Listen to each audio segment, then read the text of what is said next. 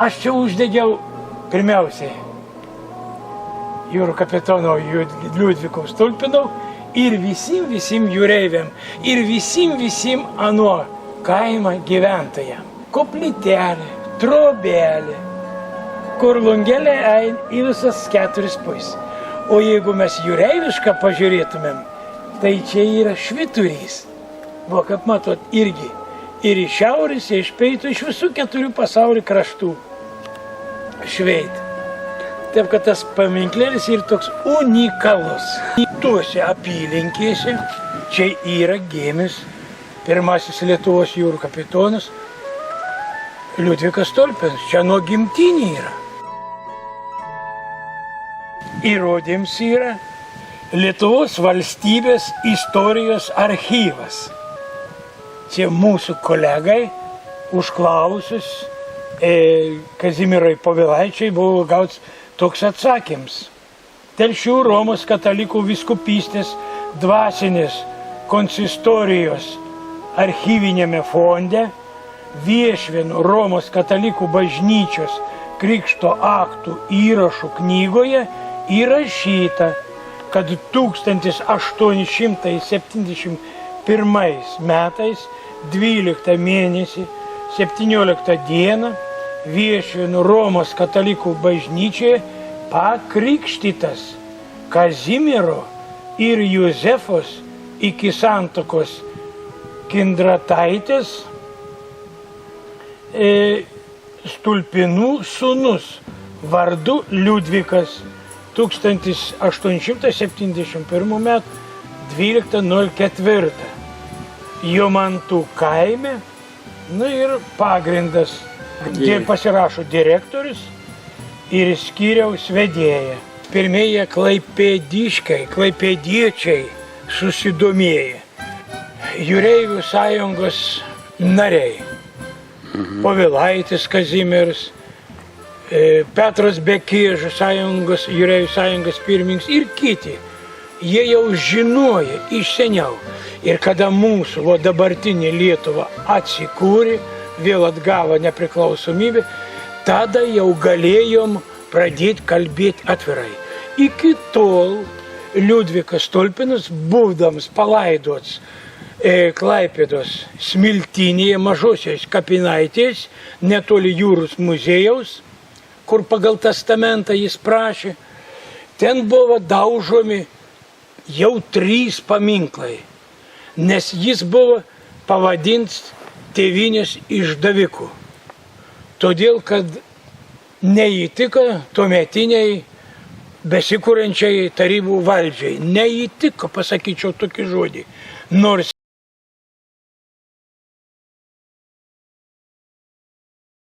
reikėtų ilgiau šnekėti, daugiau pasakoti, pagrindinį.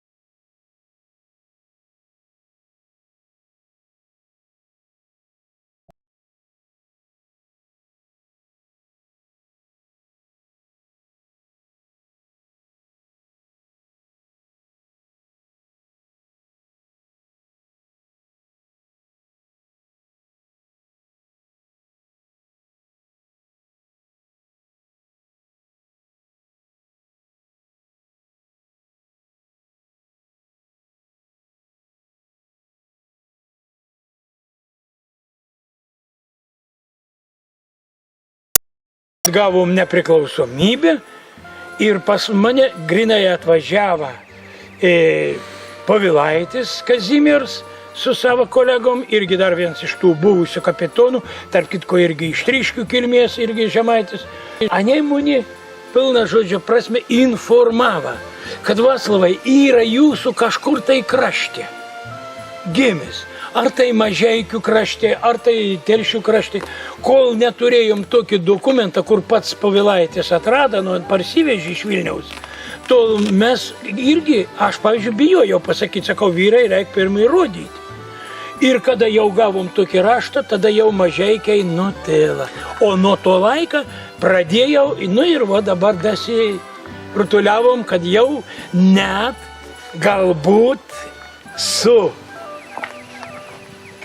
Dievo pagalba ir ypatingų dėmesį parodytų klaipėdiškių, tas paminklas, kurį žadėjai statyti Klaipėdai, gal parkeliaus į Telšius. Pradėjau domėtis ir kada jau žinojau, kad čia Jomantų tako teritorijoje ir nors tų gražių takų dar nebuvo sukurta, buvo paprastas miškiukas. Tai aš jau to miškiuką Jomantų atradau iš kitos pusės. Ten buvo privažiavimas gruntinis keliuks ir tada jau ryžaus specialiai pastatyti paminkliuką Stulpinau. Tai tas paminkliukas tas ir buvo iš kitos pusės mišką pastatyts. Ten buvo apytikrai 3 sodybos. Ano vietas, kur konkrečiai gimė, nėra nieko išlieki. Viena gyvenvietė yra buvusi išliekus, bet tik tai nieks nežino, mes juridiškai negalim įrodyti. Čia yra mūsų gėda. Kadangi buvo iš bajorų kilmės kėlis, kur galim dokumentaliai atrasti.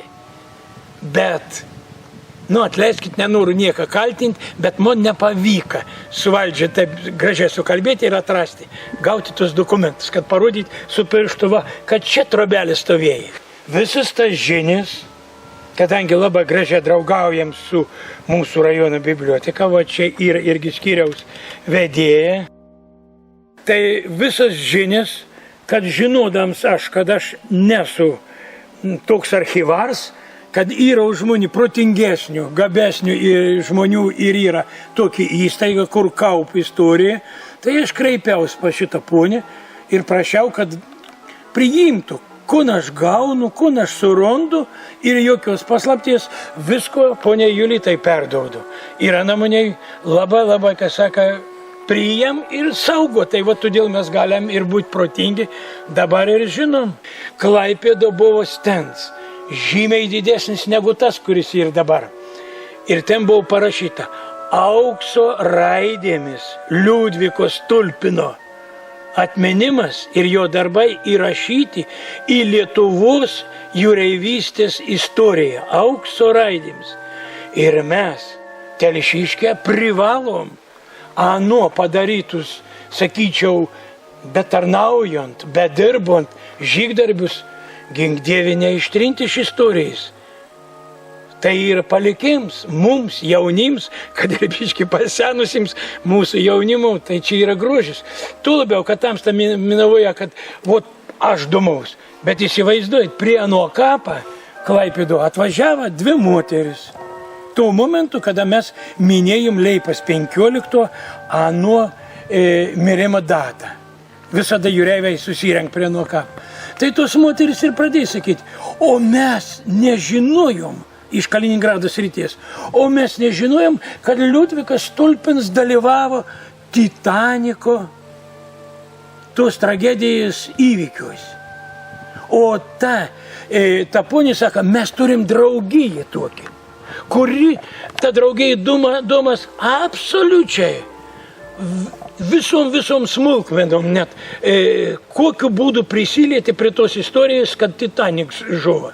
Jau Liudvikas Stulpinas, plaukydams pačias didžiausias laivas carinės Rusijos, ir ants gavo tokį žinią, kad skęs Titanikas, žinojo koordinatės ir pasuko savo laivą, kursą, kryptį, grinai link Titaniką. Bet kadangi jis buvo toli ir kada jau atplaukė prie Titaniko įvykį veitas, tik tai berada plūduraujančius negyvus kūnus ir daiktus. Ir kad mes dabar puikiai, kad žinom, kas tai yra privati nuosavybė, tai laivai, kurie jau gelbėję anksčiau atplaukė, anam ir pasakė, kapitono Liudviko Stulpino, jūs jau dabar nebereikalingas, jūs jau pavėlavot. Mes susitvarkysim su visu tuo likusiu darbu. Tad Stulpinui beteka tik tai pakreipti laivą vėl artin link savo kursą, kur turėjai numatęs plaukti, ir nuplaukė. Ir ant gelbėjimo darbos ir nedalyvavo. Ten buvo žmogus neeilinis. Mokėjai ir su įgula pabendrauti ir nuraminti, ir su keleiviais, todėl kad ant plaukioja ir prekybiniais laivais, ir keleiviniais laivais iš Liepojos į Ameriką. Būdavo tokių momentų, kodėl aš pabrėžiu tus žodžius, kad buvau diplomats, kad mokėjai. Buvo tokių momentų, kad ant dingdavo, jau tada, kaip sakiau, radijo ryšys buvo, dingdavo savaitė iš horizonto. Nieks negaudavo jokių žinių. Amerikos literatūroje rašydavo spaudoje. Rašydavau, jau dinga Liudviko Stulpino laivas, jau carinė Rusija neteka tokį laivą. Praėjant keletą dienų, laivas susiremontavo, iš po visų šturmų, išlent vėl sveikučiausias, nieks nežuvo, niekas Stulpinas vėl triumfuoja savo žygdarbį. Todėl, mano manima, todėl, kad Ans pradėjo jūreivystės kelią nuo pat pirmų žingsnių. Jis perėjo visas pakopas. Ir jis pradėjo nuo Jungas, datarnavo iki Mičmano. Mičmanų betarnaudams jau pajauti, kad ta jūreivystė nam ir priširdė. Stojo į jūreivystės mokyklą, pabaigė jūreivystės mokyklą, perėjo šturmą. Ir po to nam patikėjo jau kapitoną. Po to dar didesnius laivus. Ir pačias didžiausias laivas carinis Rusijos plaukiai. Lietuvis, aš atsiprašau, gink Dievį, nežeminu rusų tautos, bet tada buvo tokia politika, kad jeigu esi ne rusų tautybės, aukštą rangą gal reikia pagalvoti, ar dausiam ar ne. O Ans tai gavo. Tai reiškia protų ir darbų ir savo esybę iškovoja pasitikėjimą. Čia yra toks aukso fonds, toks grožis, toks gėris yra. Norėčiau dar atkreipti dėmesį, kad baigant, kada jau Ans nebeplaukioja, Ans buvo Liepojo Lietuvos jūreivystės atašė Liepojo, kadangi tos atstovybės Lietuva neturėjo. Ir kada grįžo atgavus nepriklausomybę Lietuvai 18 metais, tai Ans pradėjo kurti uostą. Tai Ans ir buvo pirmasis uosto kapitonas. Tai todėl tie žodeliai jūrų kapitonas pirmasis ir uosto pirmasis kapitonas susiplakė veina. Nerandam dar aukštesnį rangą lietuvių, kad būtų.